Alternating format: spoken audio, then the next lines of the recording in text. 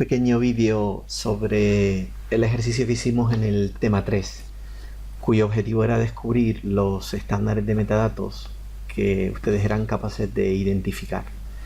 El mayor problema para todos, me incluyo entre los que les costó al principio distinguir, fue distinguir entre metadatos para proyectos de digitalización y metadatos para descripción archivística. Hay que pensar que, bueno, primero yo no hice el prontuario, aunque no es que esté en desacuerdo con lo que hay. Yo no le daría mucha más importancia, pero pensar que no todos los objetos que se digitalizan forman parte de un archivo, ni siquiera de un archivo personal. Quiere decir que digitalizamos fotografías o digitalizamos audios y simplemente lo tenemos en nuestro disco duro o simplemente lo exponemos en el sitio web, pero digámoslo así, sin ningún criterio archivístico, sin ninguna garantía de fiabilidad ni siquiera de perdurabilidad. Son simplemente objetos digitales que uno digitaliza. Cuando hablamos de descripción archivística hablamos de algo más serio. Hablamos de, normalmente, aunque sea un archivo personal, de criterios de fondo, de serie, de selección, de expurgo, de fiabilidad, de preservación a largo plazo.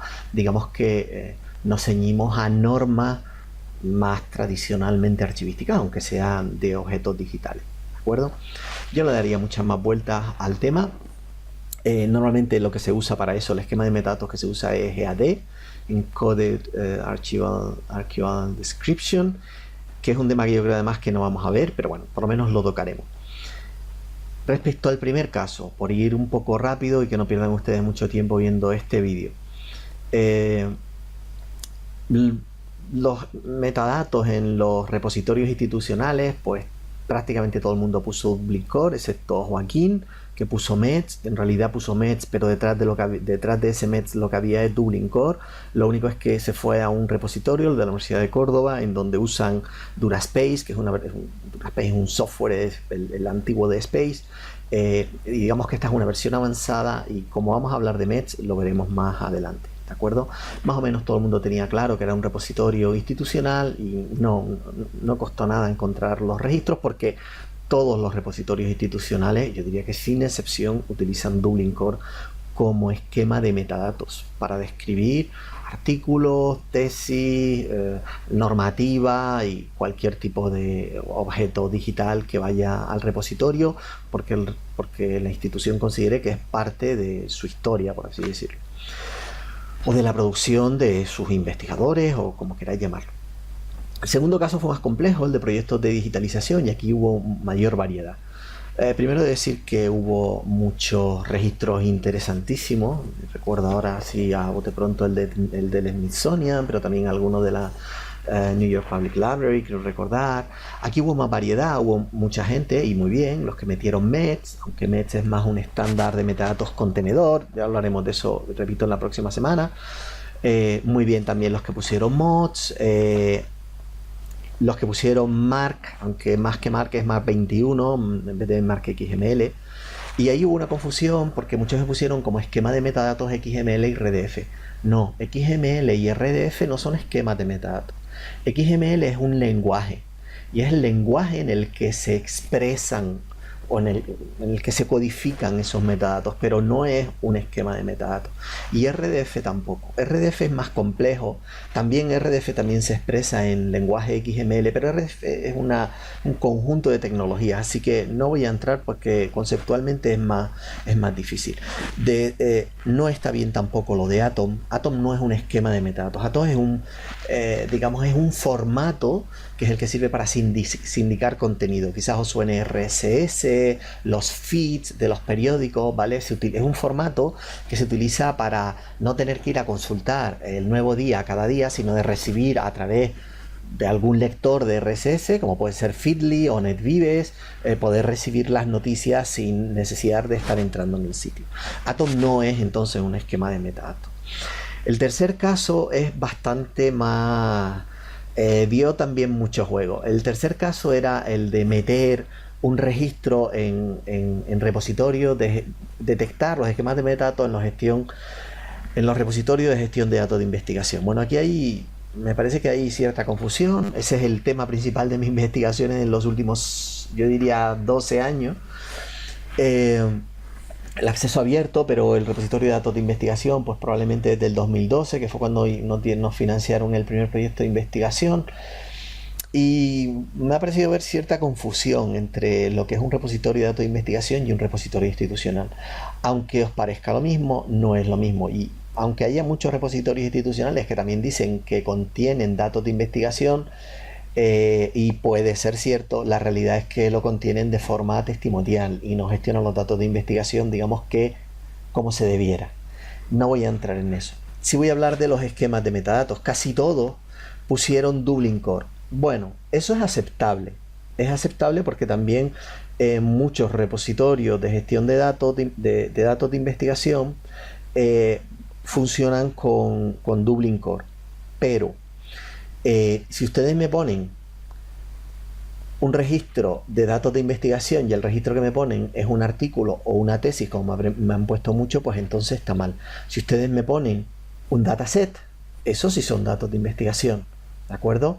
Entonces, ahí hay cierta confusión. Hubo gente que puso dataset como DC type, como un tipo de Dublin Core, el dataset, pero la mayoría de vosotros pusisteis tesis o artículo. Entonces, ¿cuál es la diferencia con un repositorio institucional? No habría ninguna, ¿vale?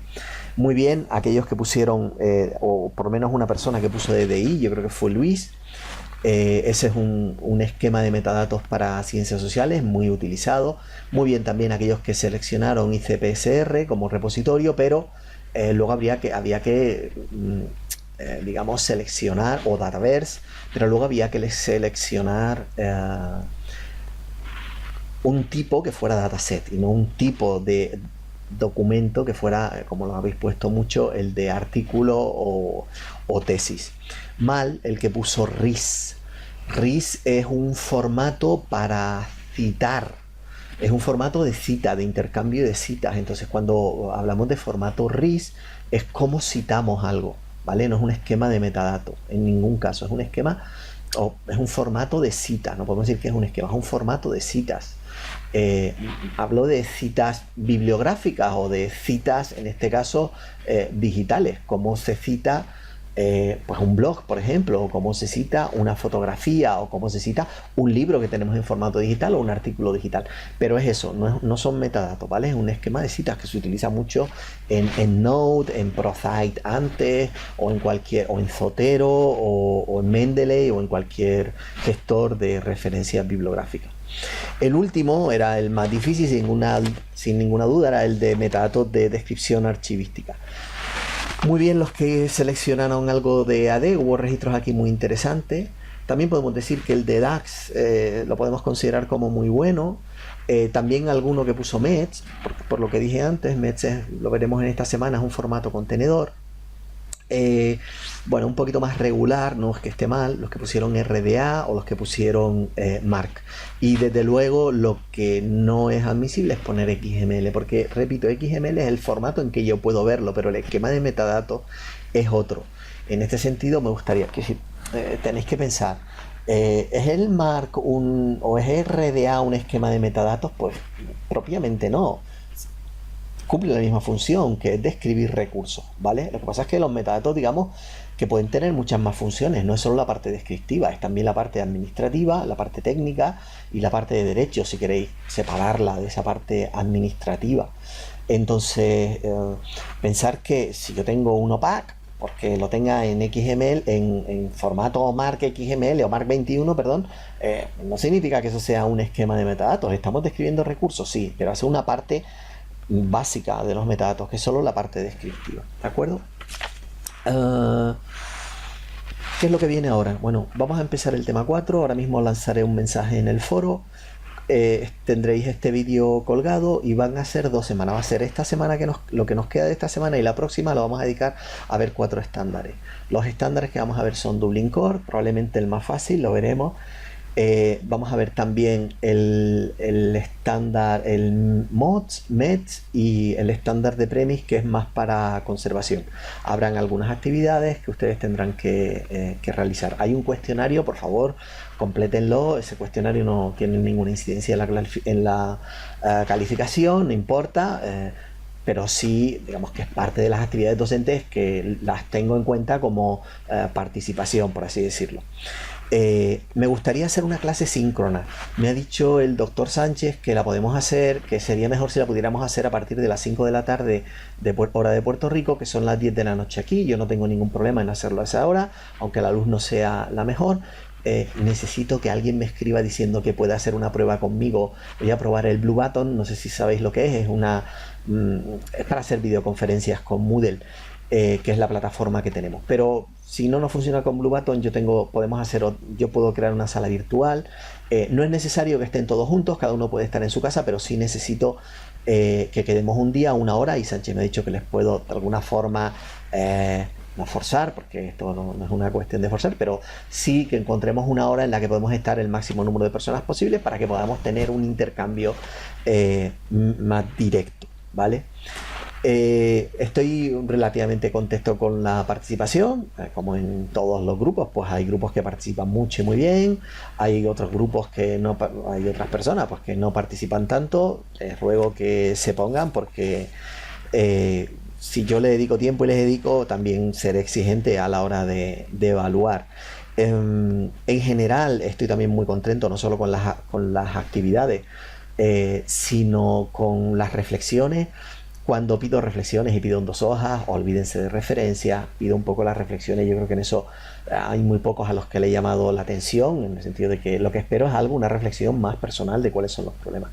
Creo que se aprende mucho a través del foro, así que les agradezco mucho la participación. No aprenden solo ustedes, también aprendo yo a ver dónde la gente tiene problemas de comprensión. No es fácil cuando estamos tan lejos y apenas tenemos clases síncronas, pero creo que en general, aunque no sean ustedes conscientes de ello, yo creo que el proceso de aprendizaje está siendo bueno, incluso cuando haya algunas personas muy respetuosamente que digan que pues yo creo que aquí esto me ha llevado demasiado tiempo, no he aprendido. Yo intento equilibrar mucho la carga de trabajo. Si alguna vez ven que hay algo que están llevando demasiado tiempo, por favor escriban y háganmelo saber sin ningún pudor, pero también les digo, uno no aprende 1 más 1 igual 2, quiero decir, hay que entenderlo. El aprendizaje es un proceso, a veces cuesta, y lo que más cuesta es el tiempo. Yo sé que el tiempo es oro, pero hay cosas que no se aprenden en 2 minutos.